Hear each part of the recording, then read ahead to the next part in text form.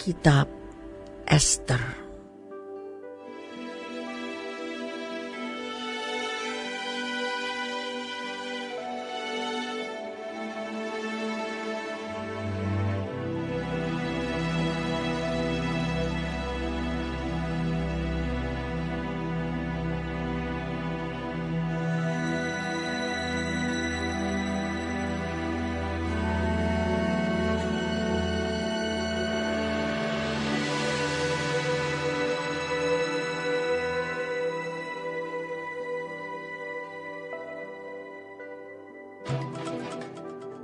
Pada zaman Ahasiweros, dialah Ahasiweros yang merajai 127 daerah, mulai dari India sampai ke Ethiopia.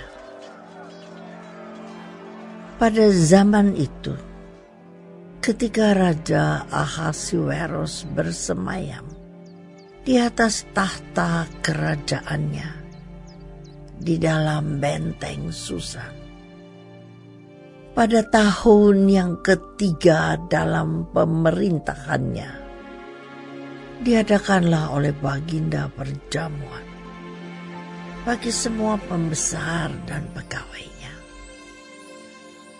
tentara Persia dan Media,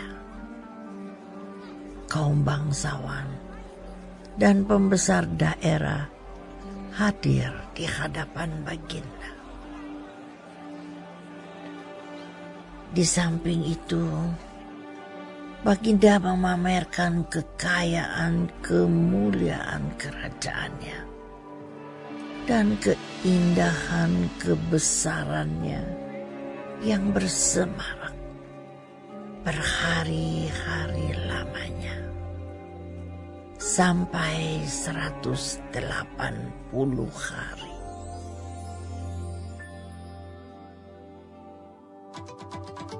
Setelah genap hari-hari itu, maka raja mengadakan perjamuan lagi 7 hari lamanya bagi seluruh rakyatnya yang terdapat di dalam benteng Susan, daripada orang besar sampai kepada orang kecil, bertempat di pelataran yang ada di taman istana kerajaan. Di situ tirai-mirai daripada kain lenan, mori halus, dan kain ungu tua yang terikat dengan tali lenan halus dan ungu muda, bergantung pada tombol-tombol perak di tiang-tiang marmer putih, sedang katil emas dan perak ditempatkan di atas lantai pualam marmer putih, kewang, dan pelingkap. Minuman dihidangkan dalam piala emas yang beraneka warna, dan anggurnya ialah anggur minuman raja yang berlimpah-limpah, sebagaimana layak bagi raja. Adapun aturan minum ialah tiada dengan paksa, karena beginilah diisyaratkan raja kepada semua bentara dalam, supaya mereka berbuat menurut keinginan tiap-tiap orang. Juga Wasti, sang ratu, mengadakan perjamuan bagi semua perempuan di dalam istana Raja Ahasiweros. Pada hari yang ketujuh, ketika raja riang gembira hatinya karena minum anggur, bertitahlah baginda kepada Mahuman, Wista, Harbona, Bikta, Abakta, Zetar, dan Karkas, yakni ketujuh sida-sida yang bertugas di hadapan Raja Ahasuerus, supaya mereka membawa Wasti, sang ratu, dengan memakai mahkota kerajaan menghadap raja untuk memperlihatkan kecantikannya kepada sekalian rakyat dan pembesar-pembesar, karena sang ratu sangat elok rupanya.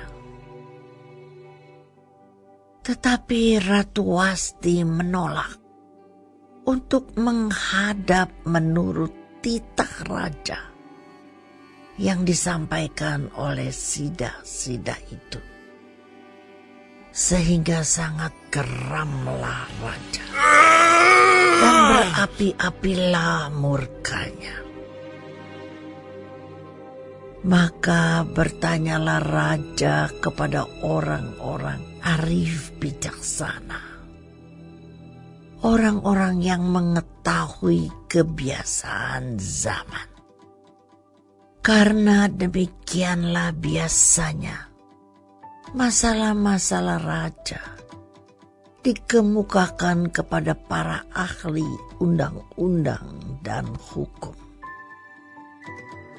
Adapun yang terdekat kepada baginda ialah Karsena, Setar, Atmata, Tarsis, Meres, Marsena, dan Memukan, ketujuh pembesar Persia dan Media yang boleh memandang wajah raja dan yang mempunyai kedudukan yang tinggi di dalam kerajaan. Tanya raja, apakah yang harus diperbuat atas Ratu Wasti menurut undang-undang? Karena tidak dilakukannya titah Raja Ahasuerus yang disampaikan oleh sida-sida. Maka sembah Memukan di hadapan raja dan para pembesar itu. Wasti sang ratu bukan bersalah kepada raja saja, melainkan juga kepada semua pembesar dan segala bangsa yang di dalam segala daerah Raja Ahasuerus. Karena kelakuan sang ratu itu akan merata kepada semua perempuan, sehingga mereka tidak menghiraukan suaminya. Apabila diceritakan orang, Raja Ahasuerus menitahkan supaya Wasti sang ratu dibawa menghadap kepadanya, tetapi ia tidak mau datang. Pada hari ini juga, istri para pembesar raja di Persia dan Media yang mendengar tentang kelakuan sang ratu akan berbicara tentang hal itu kepada suaminya, sehingga berlarut-larutlah penghinaan dan kegusaran. Jikalau baik pada pemandangan raja, hendaklah dikeluarkan suatu titah kerajaan dari hadapan baginda dan dituliskan di dalam undang-undang Persia dan Media, sehingga tidak dapat dicabut kembali, bahwa Wasti dilarang menghadap Raja Ahasuerus, dan bahwa raja akan mengaruniakan kedudukannya sebagai ratu kepada orang lain yang lebih baik daripadanya. Bila keputusan yang diambil raja kedengaran di seluruh kerajaannya, Alangkah besarnya kerajaan itu. Maka semua perempuan akan memberi hormat kepada suami mereka, daripada orang besar sampai kepada orang kecil. Usul itu dipandang baik oleh raja serta para pembesar. Jadi bertindaklah raja sesuai dengan usul memukan itu. Dikirimkanlah oleh Baginda surat-surat ke segenap daerah kerajaan. Tiap-tiap daerah menurut tulisannya, dan tiap-tiap bangsa menurut bahasanya, bunyinya. Setiap laki-laki harus menjadi kepala dalam rumah tangganya dan berbicara menurut bahasa bangsanya.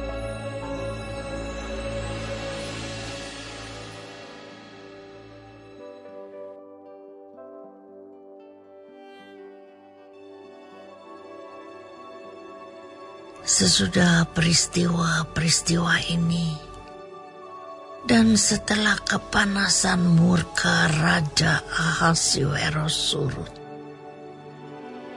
terkenanglah Baginda kepada Wasti dan yang dilakukannya, dan kepada apa yang diputuskan atasnya. Maka sembah para biduanda raja yang bertugas pada Baginda. Hendaklah orang mencari bagi raja gadis-gadis, yaitu anak-anak dara yang elok rupanya. Hendaklah raja menempatkan kuasa-kuasa di segenap daerah kerajaannya, supaya mereka mengumpulkan semua gadis, anak-anak dara yang elok rupanya di dalam benteng Susan, di balai perempuan, di bawah pengawasan Hegai, Sida Raja, penjaga para perempuan. Hendaklah diberikan wangi-wangian kepada mereka. Dan gadis yang terbaik pada pemandangan raja, baiklah dia menjadi ratu ganti Wasti. Hal itu dipandang baik oleh raja, dan dilakukanlah demikian. Pada waktu itu ada di dalam benteng Susan seorang Yahudi yang bernama Mordekai bin Yair bin Simei bin Kis, seorang Benyamin yang diangkut dari Yerusalem sebagai salah seorang buangan yang turut dengan Yekhonya, Raja Yehuda, ketika ia diangkut ke dalam pembuangan oleh Raja Nebukadnezar, Raja Babel. Mordekai itu pengasuh Hadasa, yakni Ester, anak saudara ayahnya. Sebab anak itu tidak beribu bapa lagi. Gadis itu elok perawakannya dan cantik parasnya. Ketika ibu bapanya mati, ia diangkat sebagai anak oleh Mordekai. Setelah titah dan undang-undang raja tersiar, dan banyak gadis dikumpulkan di dalam benteng Susan, di bawah pengawasan Hegai, maka Ester pun dibawa masuk ke dalam istana raja, di bawah pengawasan Hegai, penjaga para perempuan. Maka gadis itu sangat baik pada pemandangannya dan menimbulkan kasih sayangnya. Sehingga Hegai segera memberikan wangi-wangian dan pelabur kepadanya. Dan juga 7 orang dayang-dayang yang terpilih dari isi istana raja. Kemudian memindahkan dia dengan dayang-dayangnya ke bagian yang terbaik di dalam balai perempuan. Esther tidak memberitahukan kebangsaan dan asal-usulnya karena dilarang oleh Mordekai. Tiap-tiap hari berjalan-jalanlah Mordekai di depan pelataran balai perempuan itu untuk mengetahui bagaimana keadaan Esther dan apa yang akan berlaku atasnya. Tiap-tiap kali seorang gadis mendapat giliran untuk masuk menghadap Raja Ahasuerus. Dan sebelumnya, ia dirawat menurut peraturan bagi para perempuan selama 12 bulan. Sebab seluruh waktu itu digunakan untuk pemakaian wangi-wangian.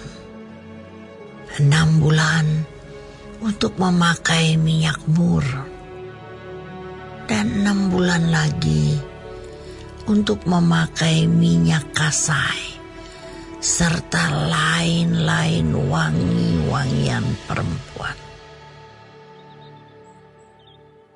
Lalu gadis itu masuk menghadap raja, dan segala apa yang dimintanya harus diberikan kepadanya untuk dibawa masuk dari balai perempuan ke dalam istana raja. Pada waktu petang ia masuk, dan pada waktu pagi ia kembali. Tetapi sekali ini ke dalam balai perempuan yang kedua, di bawah pengawasan Saasgas, sida-sida raja, penjaga para gundik. Ia tidak diperkenankan masuk lagi menghadap raja, kecuali jikalau raja berkenan kepadanya. Dan ia dipanggil dengan disebutkan namanya. Ketika Esther, anak Abihail, yakni saudara ayah Mordekai, yang mengangkat Esther sebagai anak, mendapat giliran untuk masuk menghadap raja, maka ia tidak menghendaki sesuatu apapun selain daripada yang dianjurkan oleh Hegai, sida-sida raja, penjaga para perempuan. Maka Esther dapat menimbulkan kasih sayang pada semua orang yang melihat dia. Demikianlah Esther dibawa masuk menghadap Raja Ahasuerus ke dalam istananya pada bulan yang ke-10, yakni bulan Tebet, pada tahun yang ke-7 dalam pemerintahan Baginda. Maka Esther dikasihi oleh Baginda lebih daripada semua perempuan lain. Dan ia beroleh sayang dan kasih baginda lebih daripada semua anak dara lain. Sehingga baginda mengenakan mahkota kerajaan ke atas kepalanya dan mengangkat dia menjadi ratu ganti Wasti. Kemudian diadakanlah oleh baginda suatu perjamuan bagi semua pembesar dan pegawainya, yakni perjamuan karena Ester. Dan baginda menitahkan kebebasan pajak bagi daerah-daerah serta mengaruniakan anugerah sebagaimana layak bagi raja. Selama anak-anak dara dikumpulkan untuk kedua kalinya, Mordekai duduk di pintu gerbang istana raja. Adapun Ester tidak memberitahukan asal-usul dan kebangsaannya, seperti diperintahkan kepadanya oleh Mordekai. Sebab Ester tetap berbuat menurut perkataan Mordekai, seperti pada waktu ia masih dalam asuhannya. Pada waktu itu, ketika Mordekai duduk di pintu gerbang istana raja, sakit hatilah Bigtan dan Teres, dua orang sida-sida raja yang termasuk golongan penjaga pintu. Lalu berikhtiarlah mereka untuk membunuh Raja Ahasuerus. Tetapi perkara itu dapat diketahui oleh Mordekai, lalu diberitahukannya kepada Ester sang ratu. Dan Ester mempersembahkannya kepada raja atas nama Mordekai. Perkara itu diperiksa dan ternyata benar. Maka kedua orang itu disulakan pada tiang. Dan peristiwa itu dituliskan di dalam kitab sejarah di hadapan raja.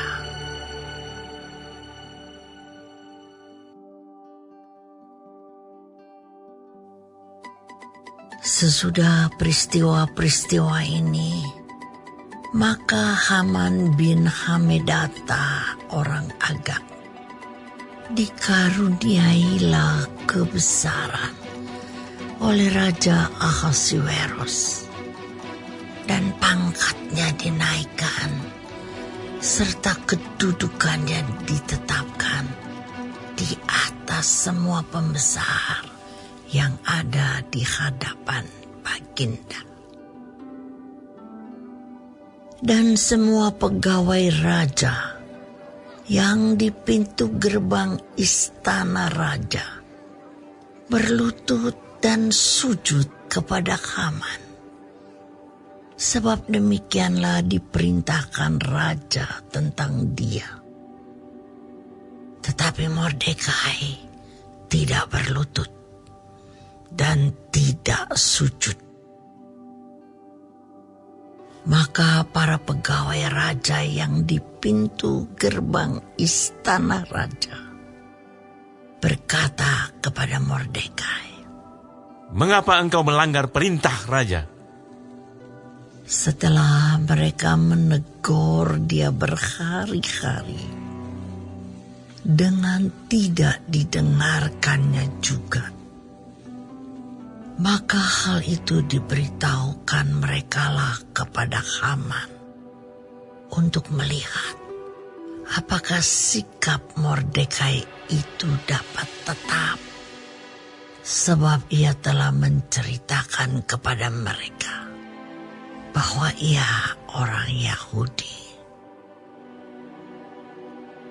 Ketika Haman melihat bahwa Mordekai tidak berlutut dan sujud kepadanya, maka sangat panaslah hati Haman. Tetapi ia menganggap dirinya terlalu hina untuk membunuh hanya Mordekai saja. Karena orang telah memberitahukan kepadanya kebangsaan Mordekai itu. Jadi, Haman mencari ikhtiar memunahkan semua orang Yahudi, yakni bangsa Mordekai itu, di seluruh kerajaan Ahasuerus.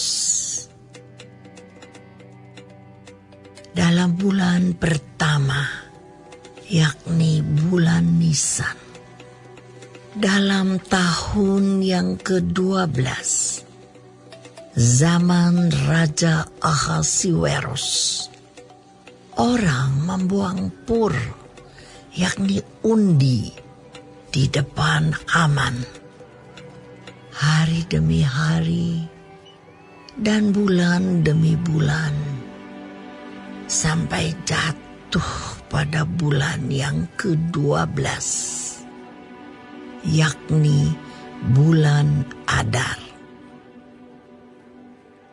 Maka sembah Haman kepada Raja Ahasuerus. Ada suatu bangsa yang hidup tercerai-berai dan terasing di antara bangsa-bangsa di dalam seluruh kerajaan Tuanku. Dan hukum mereka berlainan dengan hukum segala bangsa. Dan hukum raja tidak dilakukan mereka, sehingga tidak patut bagi raja membiarkan mereka leluasa. Jikalau baik pada pemandangan raja, hendaklah dikeluarkan surat titah untuk membinasakan mereka. Maka hamba akan menimbang perak 10.000 talenta dan menyerahkannya kepada tangan para pejabat yang bersangkutan, supaya mereka memasukkannya ke dalam perbendaharaan raja. Maka raja mencabut cincin meterainya dari jarinya, lalu diserahkannya kepada Haman bin Hamedata, orang Agag, seteru orang Yahudi itu. Kemudian titah raja kepada Haman. Perak itu terserah kepadamu. Juga bangsa itu untuk kau perlakukan seperti yang kau pandang baik. Maka dalam bulan yang pertama, pada hari yang ke-13, dipanggillah para panitera raja. Lalu sesuai dengan segala yang diperintahkan Haman, ditulislah surat kepada wakil-wakil raja, kepada setiap bupati yang menguasai daerah, dan kepada setiap pembesar bangsa, yakni kepada tiap-tiap daerah menurut tulisannya, dan kepada tiap-tiap bangsa menurut bahasanya. Surat itu ditulis atas nama Raja Ahasuerus dan dimeterai dengan cincin meterai raja. Surat-surat itu dikirimkan dengan perantaraan pesuruh-pesuruh cepat ke segala daerah kerajaan, supaya dipunahkan, dibunuh, dan dibinasakan semua orang Yahudi, daripada yang muda sampai kepada yang tua, bahkan anak-anak dan perempuan-perempuan pada satu hari juga. Pada tanggal 13 bulan yang ke-12, yakni bulan Adar, dan supaya dirampas harta milik mereka.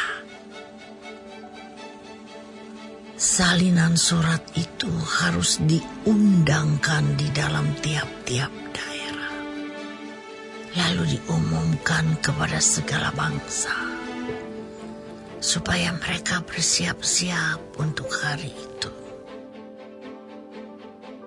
Maka dengan tergesa-gesa berangkatlah pesuruh-pesuruh cepat itu atas titah raja, dan undang-undang itu dikeluarkan di dalam benteng Susan. Sementara itu, raja serta Haman duduk minum-minum, tetapi kota Susan menjadi gempar.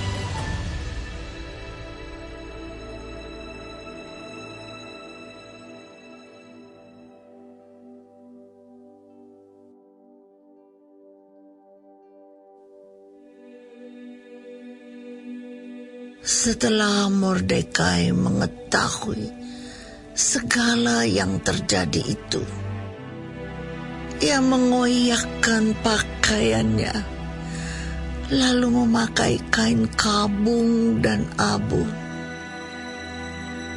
Kemudian keluar berjalan di tengah-tengah kota, sambil melolong-lolong dengan nyaring dan pedih.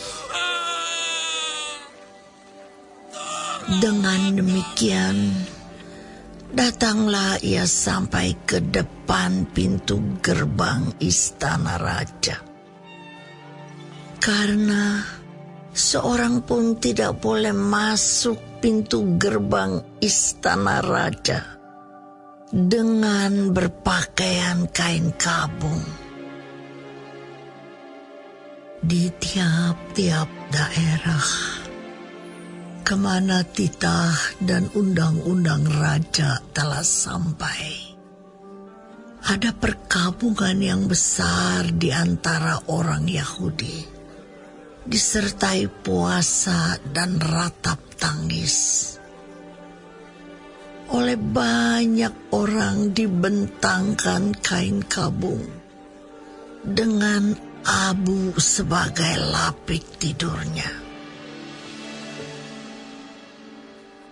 Ketika dayang-dayang dan sida-sida Ester memberitahukan hal itu kepadanya, maka sangatlah risau hati sang ratu.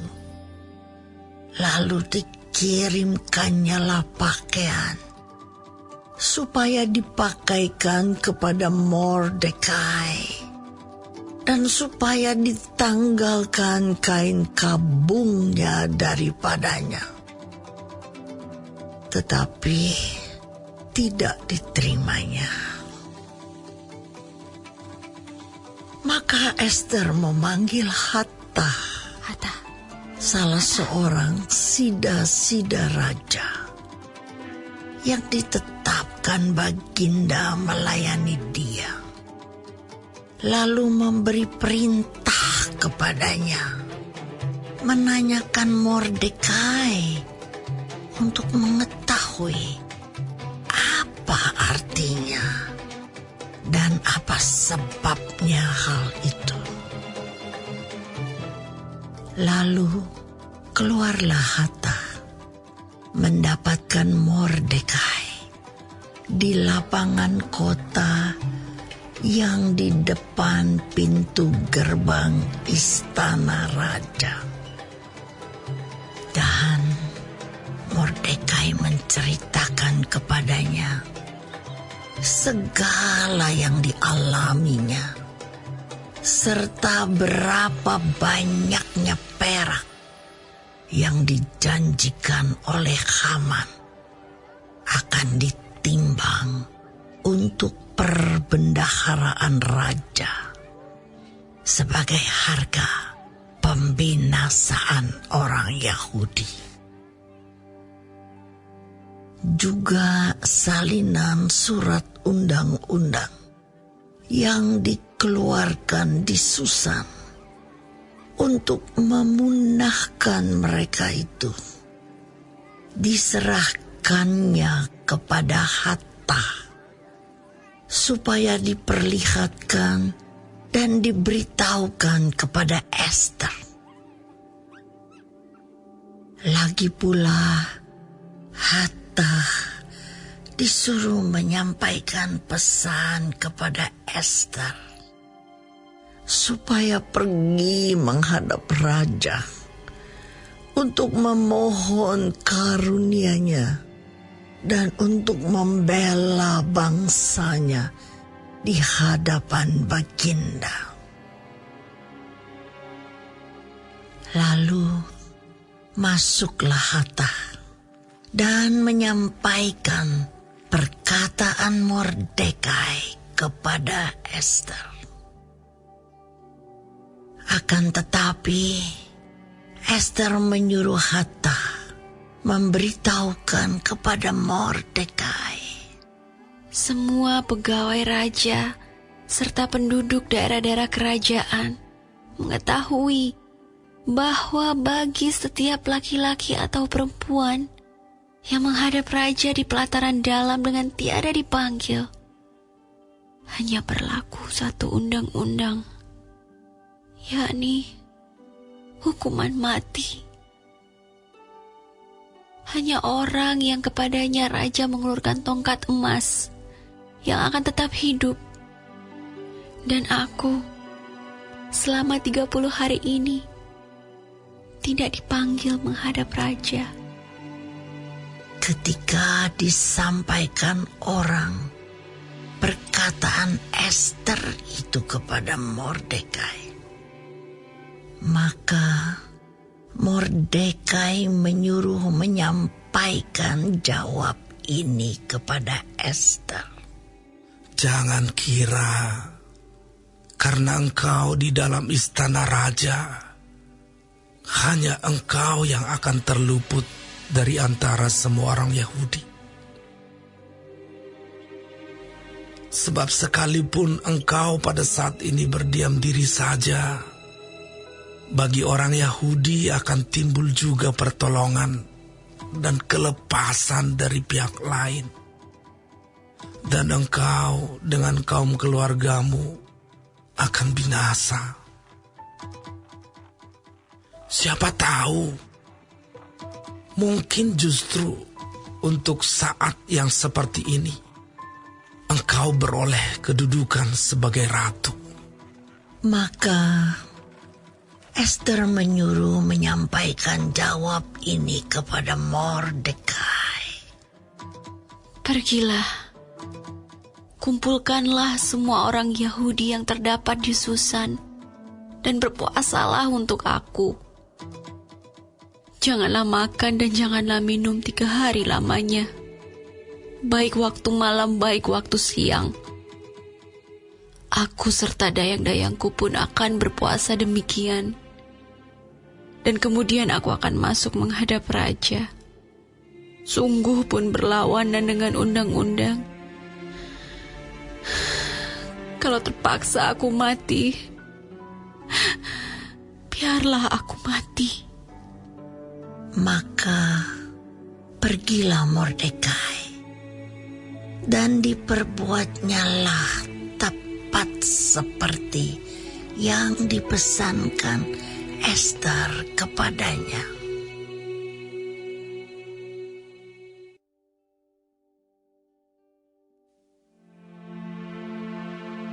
Pada hari yang ketiga, Ester mengenakan pakaian ratu.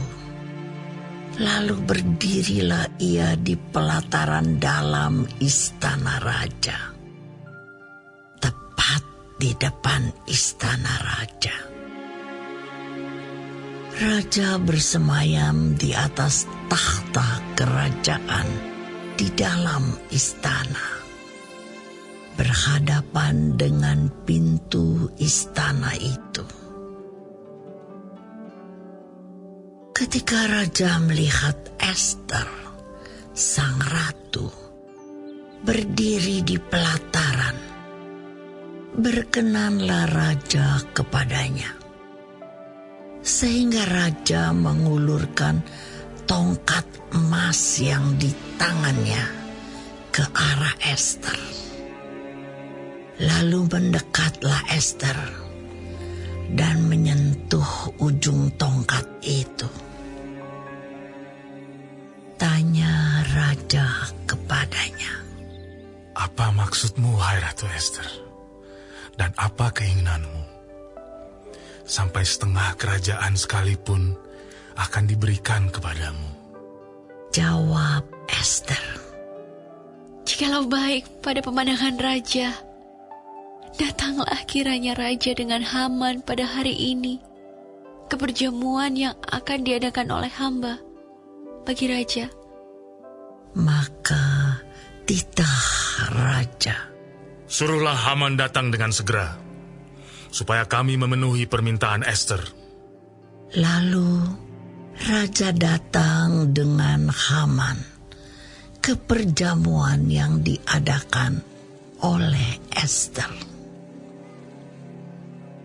Sementara minum anggur, bertanyalah raja kepada Ester, Apakah permintaanmu? Niscaya akan dikabulkan. Dan apakah keinginanmu? Sampai setengah kerajaan sekalipun akan dipenuhi. Maka jawab Ester, Permintaan dan keinginan hamba ialah, jikalau hamba mendapat kasih raja, dan jikalau baik pada pemandangan raja, mengabulkan permintaan serta memenuhi keinginan hamba, datang pulalah kiranya raja dengan Haman ke perjamuan yang akan hamba adakan bagi raja dan Haman. Maka besok akan hamba lakukan yang dikehendaki raja. pada hari itu keluarlah Haman dengan hati riang dan gembira. Tetapi ketika Haman melihat Mordekai ada di pintu gerbang istana raja, tidak bangkit dan tidak bergerak menghormati dia, maka sangat panaslah hati Haman kepada Mordekai. Tetapi Haman menahan hatinya. Lalu pulanglah ia ke rumahnya dan menyuruh datang sahabat-sahabatnya dan Zeres istrinya. Maka Haman menceritakan kepada mereka itu besarnya kekayaannya, banyaknya anaknya laki-laki, dan segala kebesaran yang diberikan raja kepadanya, serta kenaikan pangkatnya di atas para pembesar dan pegawai raja. Lagi kata Haman, Tambahan pula, tiada seorang pun yang diminta oleh Ester sang ratu untuk datang bersama-sama dengan raja ke perjamuan yang diadakannya. Kecuali aku. Dan untuk besok pun aku diundangnya bersama-sama dengan sang raja. Akan tetapi, semuanya itu tidak berguna bagiku selama aku masih melihat si Mordekai, si Yahudi itu, duduk di pintu gerbang istana raja. Lalu kata Zeres istrinya dan semua sahabatnya kepadanya, suruhlah orang membuat tiang yang tingginya 50 hasta, dan persembahkanlah besok pagi kepada raja, supaya Mordekai disulahkan orang pada tiang itu. Kemudian dapatlah engkau dengan bersuka cita pergi bersama-sama dengan raja ke perjamuan itu. Hal itu dipandang baik oleh Haman. Lalu ia menyuruh membuat tiang itu.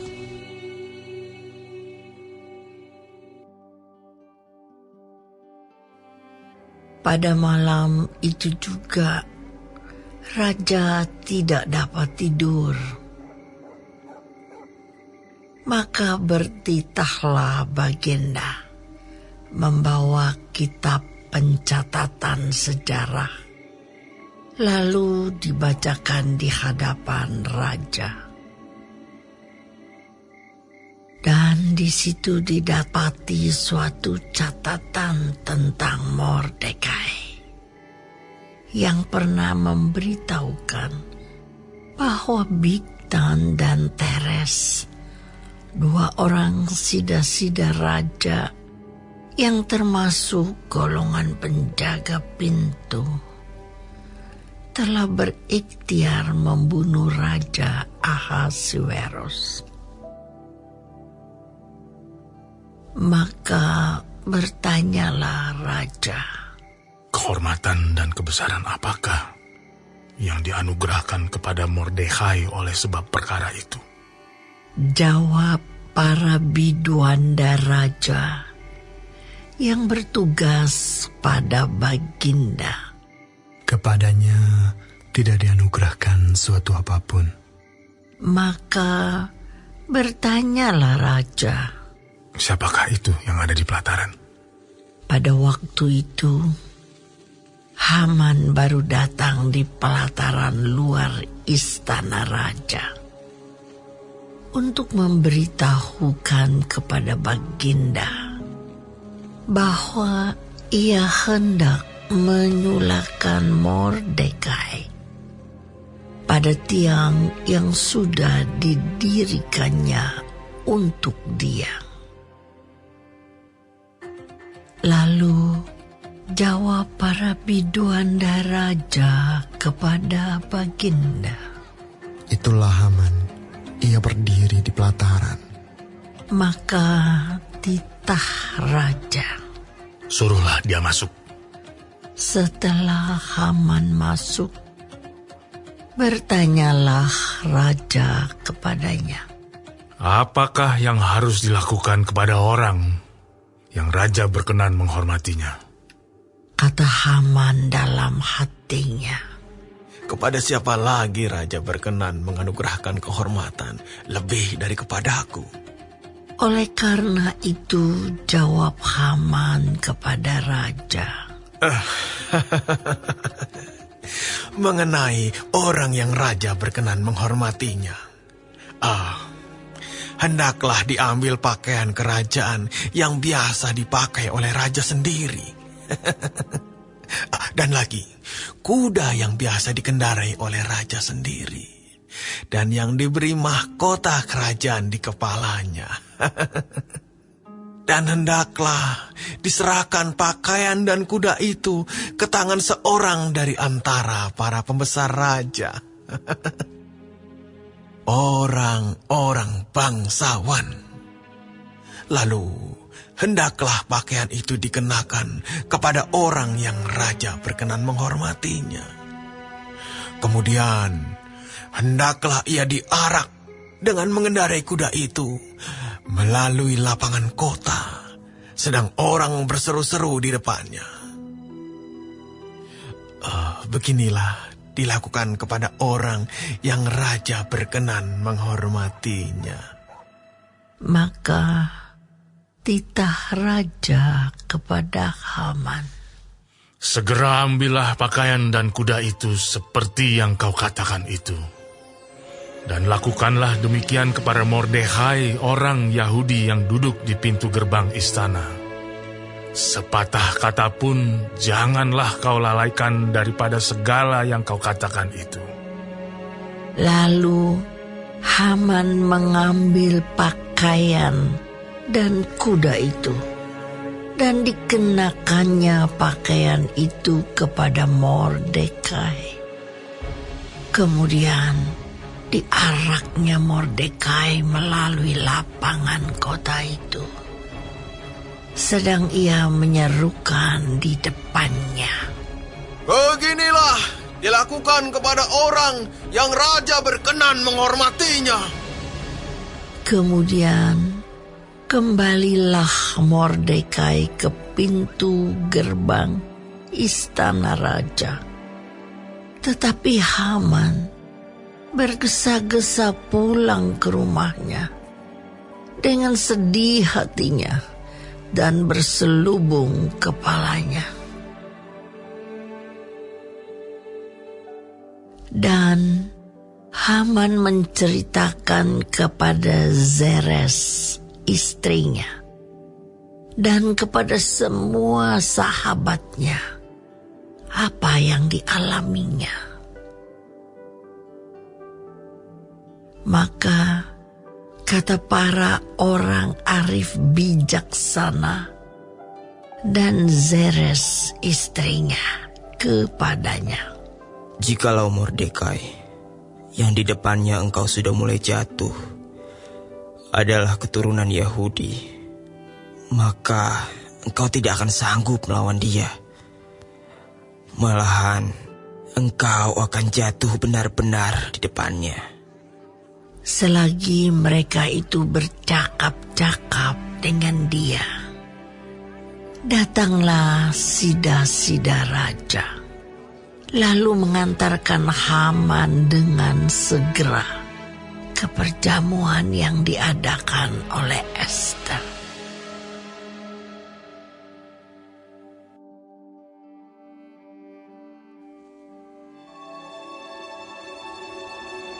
Datanglah raja dengan Haman untuk dijamu oleh Ester sang ratu.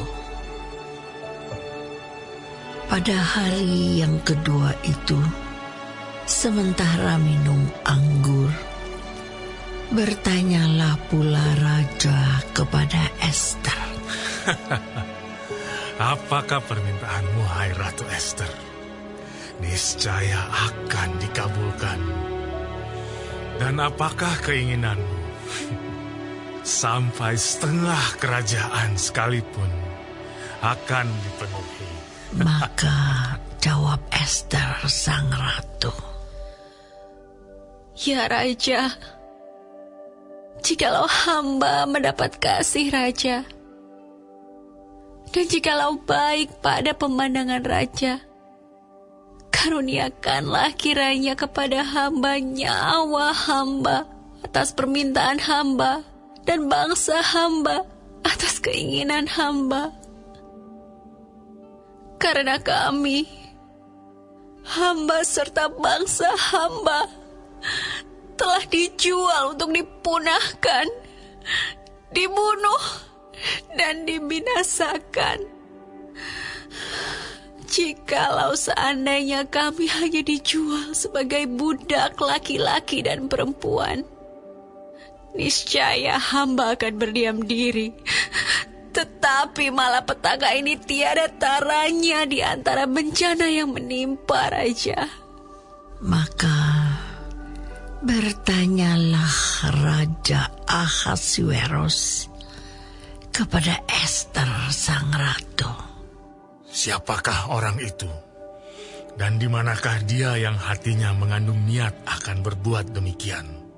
Lalu jawab Ester, "Penganiaya dan musuh itu ialah Haman, orang jahat ini."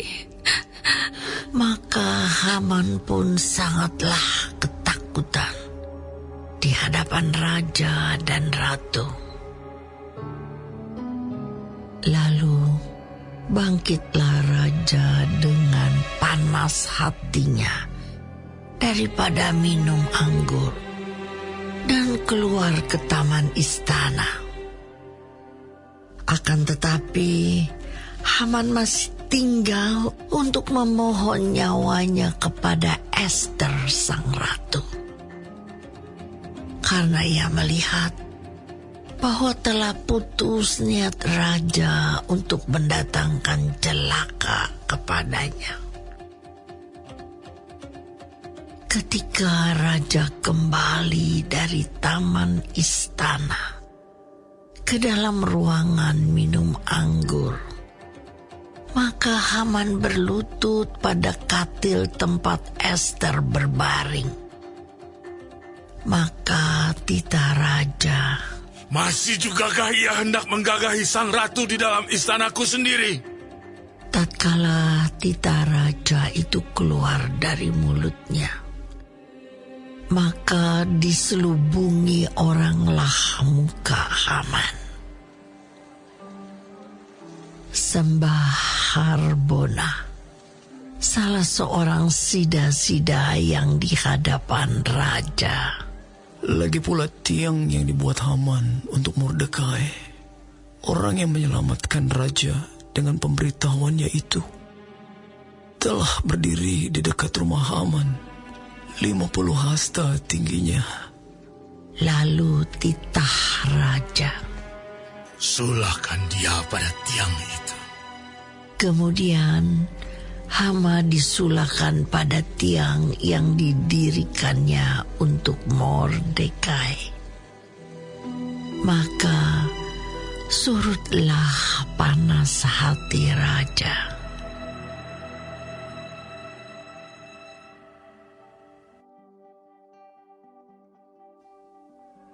Pada hari itu juga Raja Ahasuerus mengaruniakan harta milik Haman, seteru orang Yahudi, kepada Ester sang ratu.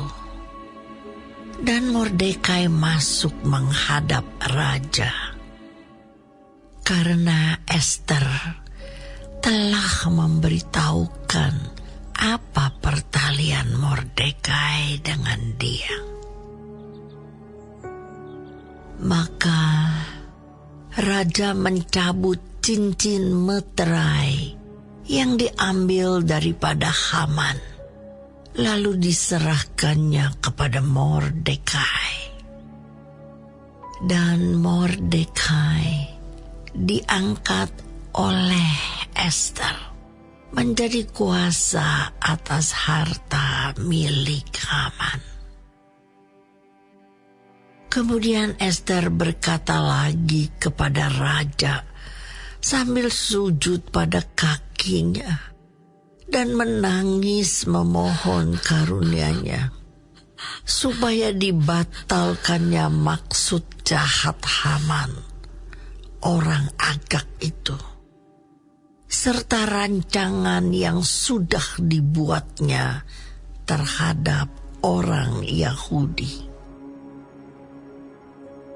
Maka raja mengulurkan tongkat emas kepada Ester.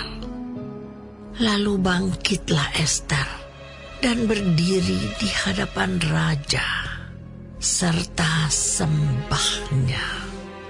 Jikalau baik pada pemandangan raja, dan jikalau hamba mendapat kasih raja, dan hal ini kiranya dipandang benar oleh raja, dan raja berkenan kepada hamba, maka hendaklah dikeluarkan surat titah untuk menarik kembali surat-surat yang berisi rancangan Haman bin Hamedata orang Agag itu, yang ditulisnya untuk membinasakan orang Yahudi di dalam semua daerah kerajaan. Karena bagaimana hamba dapat melihat malapetaka yang menimpa bangsa hamba? Dan bagaimana hamba dapat melihat kebinasaan sanak saudara hamba? Maka jawab Raja Ahasuerus kepada Ester sang ratu, serta kepada Mordekai orang Yahudi itu. Harta milik Haman telah kukaruniakan kepada Ester, dan Haman sendiri telah disulahkan pada tiang, karena ia sudah mengacungkan tangannya kepada orang Yahudi. Tuliskanlah atas nama raja apa yang kamu pandang baik tentang orang Yahudi, dan meteraikanlah surat itu dengan cincin meterai raja. Karena surat yang dituliskan atas nama raja dan dimeteraikan dengan cincin meterai raja tidak dapat ditarik kembali. Pada waktu itu juga dipanggillah para panitera raja dalam bulan yang ketiga, yakni bulan Siwan, pada tanggal 23. Dan sesuai dengan segala yang diperintahkan Mordekai, ditulislah surat kepada orang Yahudi dan kepada para wakil pemerintah, para bupati, dan para pembesar daerah dari India sampai ke Ethiopia. 127 daerah. Kepada tiap-tiap daerah menurut tulisannya, dan kepada tiap-tiap bangsa menurut bahasanya, dan juga kepada orang Yahudi menurut tulisan dan bahasanya. Maka ditulislah pesan atas nama Raja Ahasuerus, dan dimeterai dengan cincin meterai raja. Lalu dengan perantaraan pesuruh-pesuruh cepat yang berkuda, yang diternakan di pekudaan, dikirimkanlah surat-surat yang isinya raja mengizinkan orang Yahudi di tiap-tiap kota untuk berkumpul dan mempertahankan nyawanya, serta memunahkan, membunuh atau membinasakan segala tentara, bahkan anak-anak dan perempuan-perempuan dari bangsa dan daerah yang hendak menyerang mereka, dan untuk merampas harta miliknya. Pada hari yang sama di segala daerah Raja Ahasuerus, pada tanggal 13 bulan yang ke-12, yakni bulan Adar. Salinan pesan tertulis itu harus diundangkan di tiap-tiap daerah, lalu diumumkan kepada segala bangsa, dan orang Yahudi harus bersiap-siap untuk hari itu akan melakukan pembalasan kepada musuhnya. Maka dengan terburu-buru dan tergesa-gesa, berangkatlah pesuruh-pesuruh cepat yang mengendarai kuda kerajaan yang tangkas itu atas titah raja, dan undang-undang itu dikeluarkan di dalam benteng Susan. Dan Mordekai keluar dari hadapan raja dengan memakai pakaian kerajaan daripada kain ungu tua dan kain lenan, dengan memakai tajuk emas yang mengagumkan serta jubah daripada kain lenan halus dan kain ungu muda. Maka kota Susan pun bertempik soraklah dan bersukaria. Orang Yahudi telah beroleh kelapangan hati dan bersukacita, kegirangan dan kehormatan. Demikian juga di tiap-tiap daerah dan tiap-tiap kota. Di tempat manapun titah dan undang-undang raja telah sampai, ada sukacita dan kegirangan di antara orang Yahudi.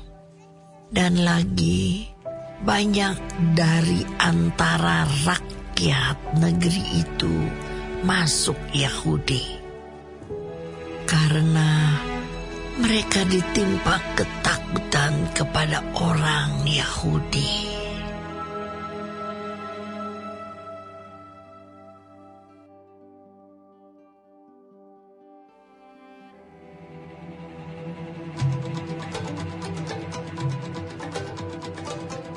Dalam bulan yang ke-12, yakni bulan Adar, pada hari yang ke-13, ketika titah serta undang-undang raja akan dilaksanakan, pada hari musuh-musuh orang Yahudi berharap mengalahkan orang Yahudi, terjadilah yang sebaliknya.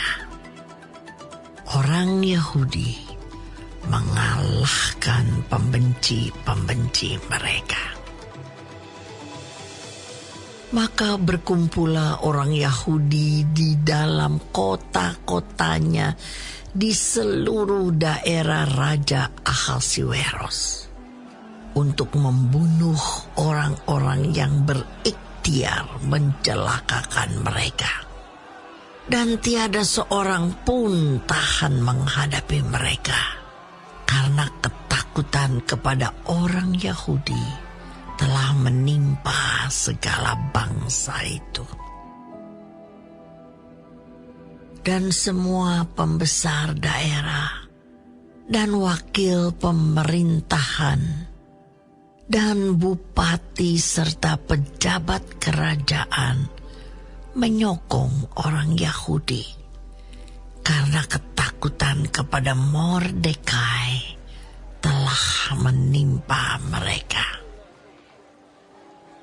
Sebab Mordekai besar kekuasaannya di dalam istana raja, dan tersiarlah berita tentang dia ke segenap daerah, karena Mordekai itu bertambah-tambah besar kekuasaannya. Maka orang Yahudi mengalahkan semua musuhnya. Mereka memukulnya dengan pedang, membunuh dan membinasakannya. Mereka berbuat sekehendak hatinya terhadap pembenci-pembenci mereka. Di dalam benteng Susan saja, orang Yahudi membunuh dan membinasakan 500 orang. Juga Parsandata, Dalfon, Aspata, Porata, Adalia, Aridata, Parmasta, Arisai, Aridai, dan Waizata, ke-10 anak laki-laki Haman bin Hamedata, seteru orang Yahudi, dibunuh oleh mereka. Tetapi kepada barang rampasan tidaklah mereka mengulurkan tangan. Pada hari itu juga, jumlah orang-orang yang terbunuh di dalam benteng Susan disampaikan ke hadapan raja. Lalu titah raja kepada Ester sang ratu. Di dalam benteng Susan saja, orang Yahudi telah membunuh dan membinasakan 500 orang beserta ke-10 anak Haman. Di daerah-daerah kerajaan yang lain, entahlah apa yang diperbuat mereka. Dan apakah permintaanmu sekarang? Niscaya akan dikabulkan. Dan apakah keinginanmu lagi? Niscaya dipenuhi. Lalu jawab Ester, "Jikalau baik pada pemandangan raja, diizinkanlah kiranya kepada orang Yahudi yang di Susan untuk berbuat besok pun sesuai dengan undang-undang untuk hari ini. Dan ke-10 anak Haman itu hendaklah disulahkan pada tiang." Raja pun menitahkan berbuat demikian. Maka undang-undang itu dikeluarkan di Susan, dan ke-10 anak Haman disulahkan orang. Jadi berkumpullah orang Yahudi di Susan pada hari yang ke-14 bulan Adar juga. Dan dibunuhnyalah di Susan 300 orang. Tetapi kepada barang rampasan tidaklah mereka mengulurkan tangan. Orang Yahudi yang lain yang ada di dalam daerah kerajaan berkumpul dan mempertahankan nyawanya serta mendapat keamanan terhadap musuhnya. Mereka membunuh 75.000 orang di antara pembenci-pembenci mereka. Tetapi kepada barang rampasan tidaklah mereka mengulurkan tangan. Hal itu terjadi pada hari yang ke-13 dalam bulan Adar. Pada hari yang ke-14 berhentilah mereka, dan hari itu dijadikan mereka hari perjamuan dan sukacita. Akan tetapi orang Yahudi yang di Susan berkumpul baik pada hari yang ke-13, baik pada hari yang ke-14 dalam bulan itu. Lalu berhentilah mereka pada hari yang ke-15. Dan hari itu dijadikan mereka hari perjamuan dan sukacita. Oleh sebab itu, orang Yahudi yang di pedusunan, yakni yang diam di perkampungan, merayakan hari yang ke-14 bulan Adar itu sebagai hari sukacita dan hari perjamuan, dan sebagai hari gembira untuk antar mengantar makanan. Maka Mordekai menuliskan peristiwa itu, lalu mengirimkan surat-surat kepada semua orang Yahudi di seluruh daerah Raja Ahasuerus, baik yang dekat, baik yang jauh, untuk mewajibkan mereka supaya tiap-tiap tahun merayakan hari yang ke-14 dan yang ke-15 bulan Adar. Karena pada hari-hari itulah orang Yahudi mendapat keamanan terhadap musuhnya. Dan dalam bulan itulah duka cita mereka berubah menjadi sukacita, dan hari perkabungan menjadi hari gembira. Dan supaya menjadikan hari-hari itu hari perjamuan dan sukacita, dan hari untuk antar mengantar makanan, dan untuk bersedekah kepada orang-orang miskin. Maka orang Yahudi menerima sebagai ketetapan apa yang sudah dimulai mereka melakukannya, dan apa yang ditulis Mordekai kepada mereka. Sesungguhnya Haman bin Hamedata orang Agag, seteru semua orang Yahudi itu, telah merancangkan hendak membinasakan orang Yahudi. Dan ia pun telah membuang pur, yakni undi, untuk menghancurkan dan membinasakan mereka. Akan tetapi, ketika hal itu disampaikan di hadapan raja, maka dititahkannyalah dengan surat, supaya rancangan jahat yang dibuat Haman terhadap orang Yahudi itu dibalikkan ke atas kepalanya. Maka Haman beserta anak-anaknya disulakan pada tiang.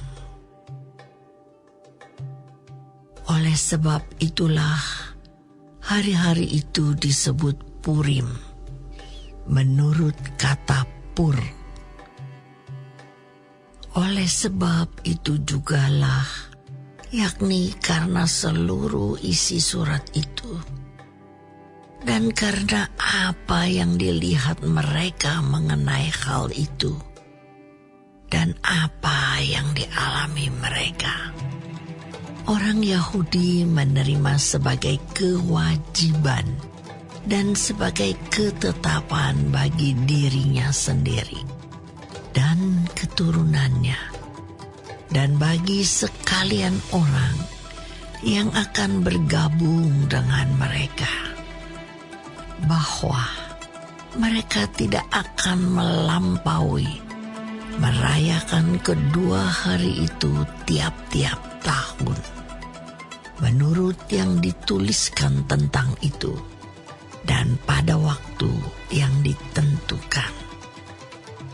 Dan bahwa hari-hari itu akan diperingati dan dirayakan di dalam tiap-tiap angkatan, di dalam tiap-tiap kaum, di tiap-tiap daerah, di tiap-tiap kota, sehingga hari-hari Purim itu tidak akan lenyap dari tengah-tengah orang Yahudi, dan peringatannya tidak akan berakhir dari antara keturunan mereka.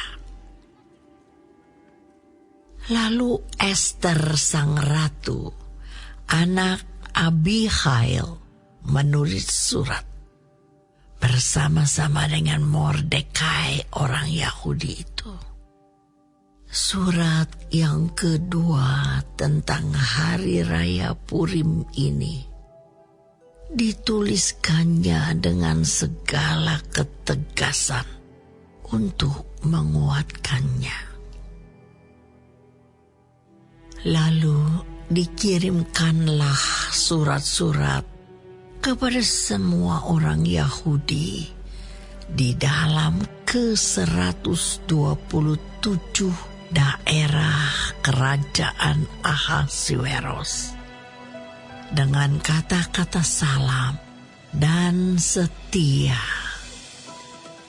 supaya hari-hari Purim itu dirayakan pada waktu yang ditentukan, seperti yang diwajibkan kepada mereka oleh Mordekai orang Yahudi itu, dan oleh Ester sang ratu. Dan seperti yang diwajibkan mereka kepada dirinya sendiri, serta keturunan mereka, mengenai hal berpuasa dan meratap-ratap. Demikianlah perintah Ester menetapkan perihal Purim itu. Kemudian dituliskan di dalam kitab.